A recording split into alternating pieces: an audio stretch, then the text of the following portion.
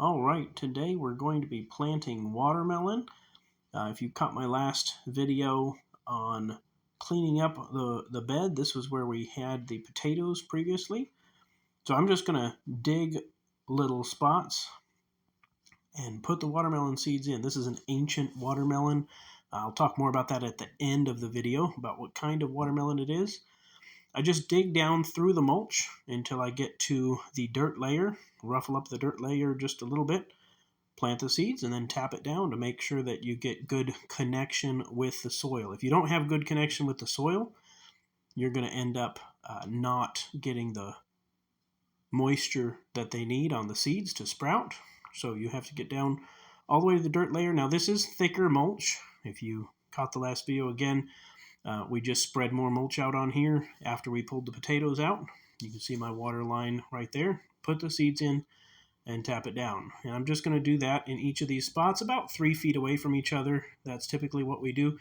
Now, if you have a garden that you recently put mulch down on, what I recommend is putting paper down to kill grass, and then you put mulch on top of it.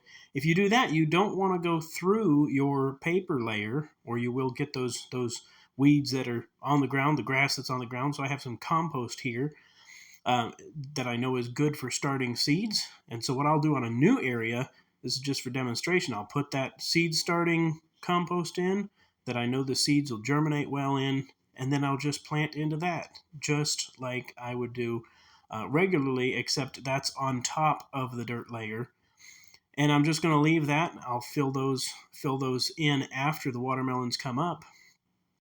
As far as the type of watermelon, this is a ancient watermelon. So it was originally a Native American watermelon. They found it in a cave in Arizona or New Mexico, I believe New Mexico, on one of the Indian reservations.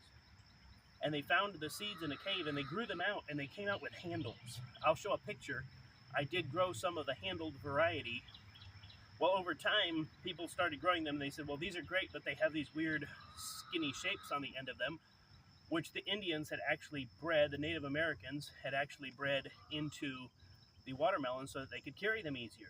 So Art Combe bred the handles out of the watermelon, and this was in the early 1900s. Well, toward the end of the 1900s, people wanted the historical aspect of having the handles in the watermelon, so he was able to breed them back in. So if you go on Baker Creek Seeds, I think it's rareseeds.com, you can actually find both varieties. They've had the handled variety and just the ancient watermelon variety.